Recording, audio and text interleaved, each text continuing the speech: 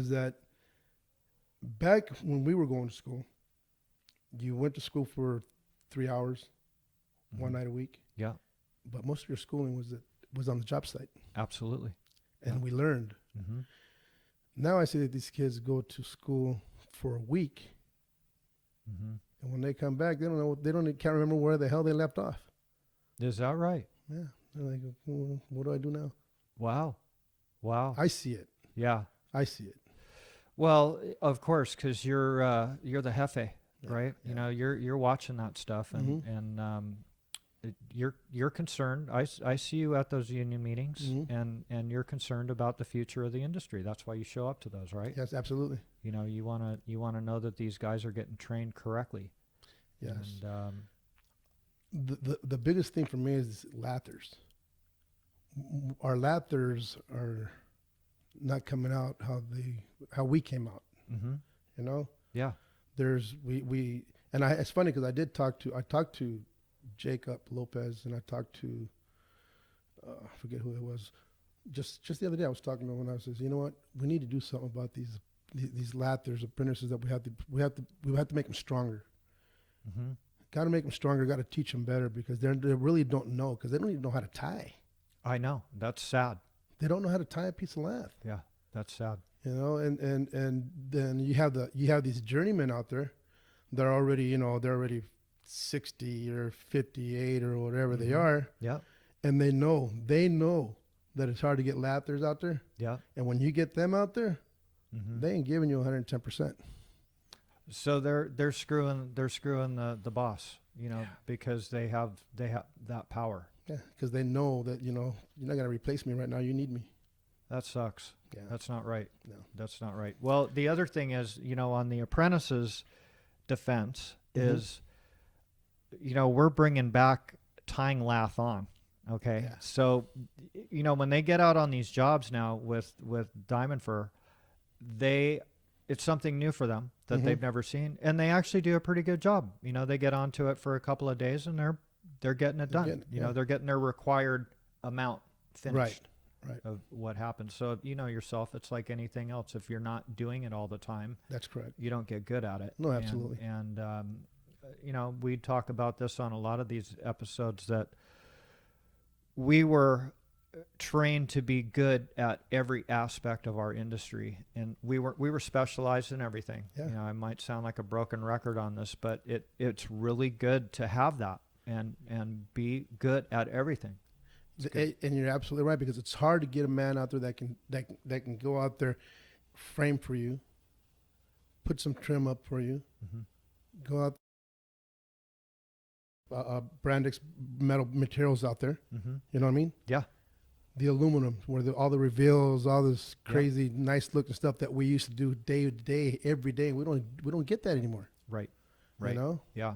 Well, that's like, you would always have your mechanics on that too. Anyways, right? Yes. Those were kind of specialized. They were specialized guys, mechanics, yes. because it's like finished carpentry. Yeah. And the thing is you can't use any putty. No, you had to make sure you got your miters the way the miters had to come out, and make sure they were looking good. Inside miters, outside miters, you name it. Yep. You know, compound miters, whatever you had to do, you make sure you got them right, because you only had one shot at it. Exactly. And once you couldn't patch it. There was no way to patch it. No. So it was you had to know how to read a tape. Correct. Very, very good. Yeah. And it was like finished carpentry. Yeah. So that is part of the trade, though, too, because these guys are carpenters now. Yeah. Right? Yeah, so absolutely. they should know that shit. They should know this shit. Yeah. Yeah. I agree with you 100%. Did you ever do any acoustical ceilings when you were?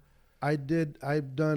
Recently I've done some acoustical plastered ceilings. Got it. Yes. But no grid T-bar stuff? I didn't get into that. Yeah. No, I did not, which is, I know that's something to be desired for too, because, you know, I never got into that part of it. Yeah. Myself, no. Yeah, I was able to even get into that part of it when I was working in the trade, and you know, that's all clean work. Right. You know, here we're snapping lines on everything, and then you're touching this grid and angle, and you got red chalk all over you. Now that's a no-no. You know, what I actually did get a chance to do when I first got in the trade, we'll go back a little bit, back when I was with gypsum, we were doing a library, in Cerritos.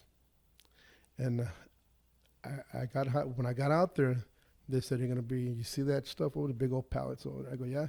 He goes, you're going to be hanging that on these walls over here, and hurry up. I need a pallet a day from you. So, okay, whatever. Mm-hmm. No big deal. Yeah. So I went over to read. I didn't know what the hell it was. I went over and I grabbed it. It's, about 2 feet long, yay wide, Yeah. with some clips. I said, what the hell is this? It was drywall. It was button board. I got to hang button board. You did. So you got a taste of that. I got a taste of button board, and let me tell you, I couldn't get that pallet. I couldn't finish that pallet as much as I ran, and I was sweating, and I was doing it, and I couldn't do it. And that guy was just laughing at me, looking at me, the foreman, looking at me, but he knew I was trying. Yep. Yep. He knew I was trying. Yep. Yeah. Yeah. So that's a little lighter than 12 foot 5/8. Yeah, but it took you a long time to get some square footage. Absolutely. Absolutely. But that's cool that you got a taste of that. I got a taste of it, yeah. Yeah. So any nail on that stuff on button board? I didn't have to nail on. I did it with the clips. Got it. Clips, tied in clips. Yeah. So Yeah. Well, that's something that I never got to do as far as doing it on metal studs. Mhm. We did it on some nail on stuff. well, I did it on the black pencil. Yeah. The, The black studs. yeah, the black studs, where we were able to clip it, tie it, and do what we had to do with it. Yeah. Yeah. Well, so when they did that, they had the stud shoes on it. Yes. It was all tie we had wire. all tie wire. We put stud shoes on bottom, Yeah. stud shoes on top, just tie it in. So But that was done ahead of me. That was done ahead of me. All I Right. had to do was put the button board on it with the clips. yeah. Yeah. That's weird that they didn't have the tie on metal lath on that Yeah. for that. They didn't. That was just button board up that I remember when I was doing that.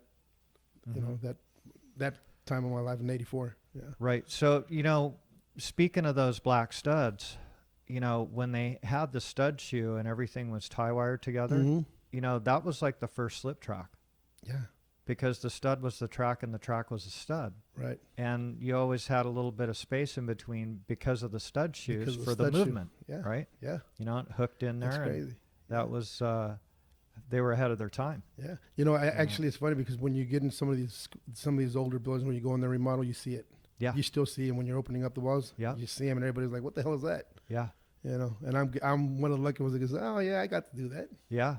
Yeah. At the end of it, but I got to do it. Yeah. Yeah. And I never got to install any of that type of framing, but I would see that on some of these old remodels that we would do Right. and stuff like that. And, it was very effective. Yeah. Because you remember in apprentice school, a lot of those they had it in apprentice school. Mm-hmm. Did they have it for you there Yeah. as well? They had it. They had them in there. Yeah. So you remember we would frame the walls up and then we would lath them, but they were super flimsy. Yeah. You couldn't really get it to stay straight, right? Yeah. Yeah. But after we lathed it and tied it off, it was solid. Solid. Yeah.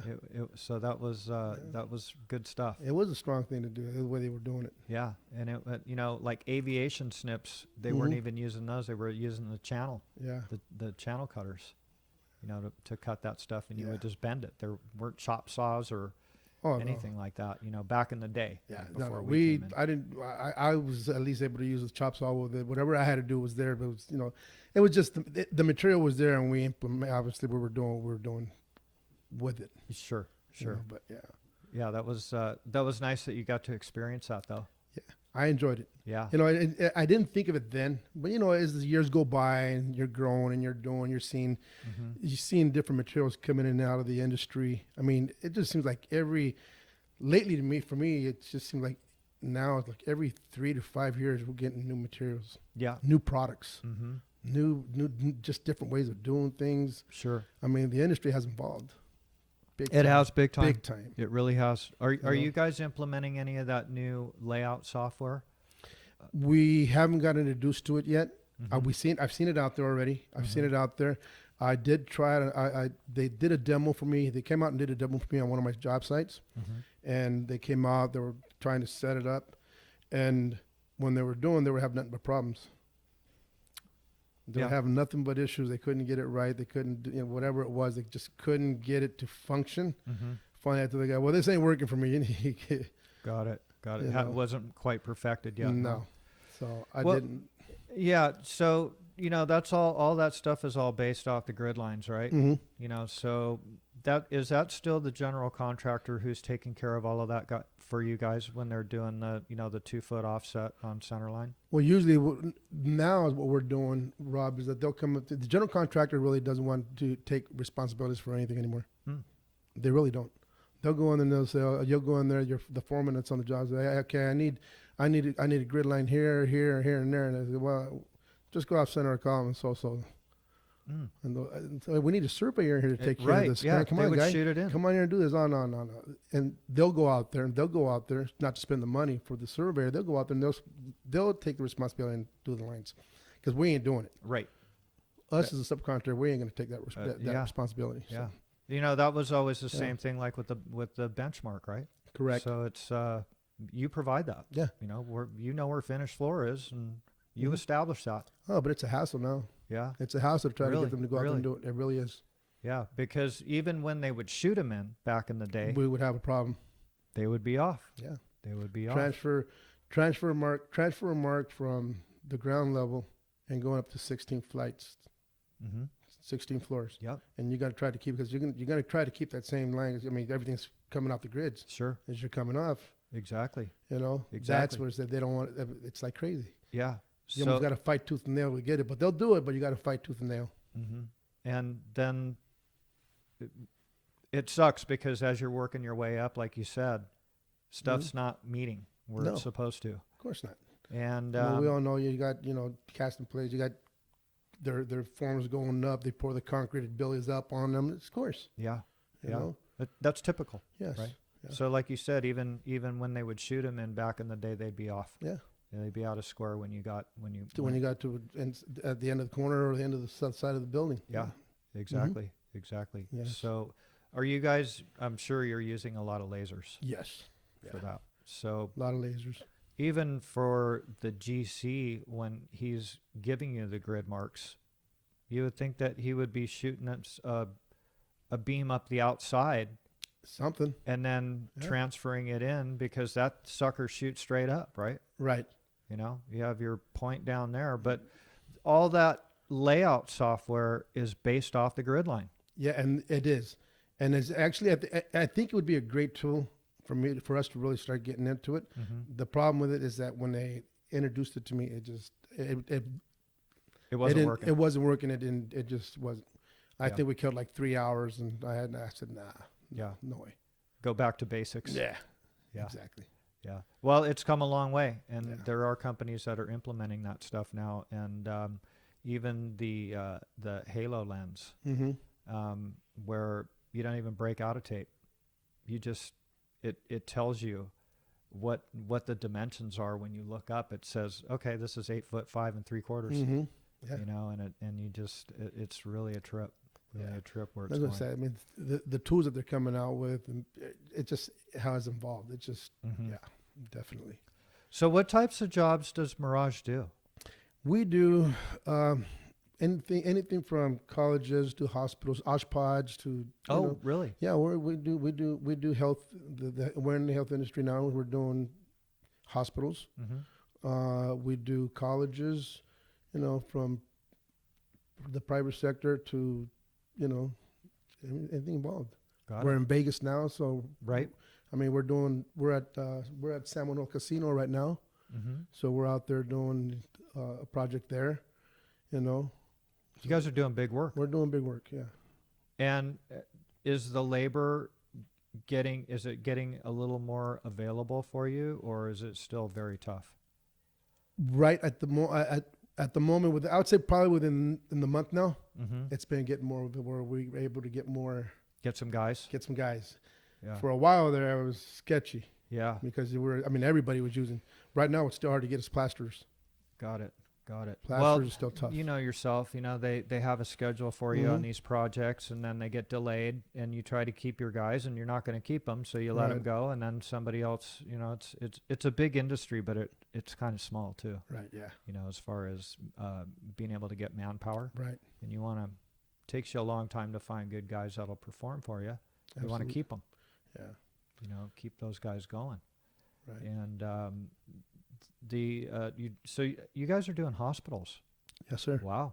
Yes, sir. Wow. Those are tough. Yeah, they're. I mean, we're getting our foot in there. We're in there now. We're doing some remodel stuff in the hospitals right now. We're getting there, but hopefully we can get into the bigger stuff where we can get it from the bottom up Mm-hmm. in the hospitals. Yeah. It just seems like I think it's harder when you're going into a hospital and you got these OSHPD drawings, and you got it. You have to.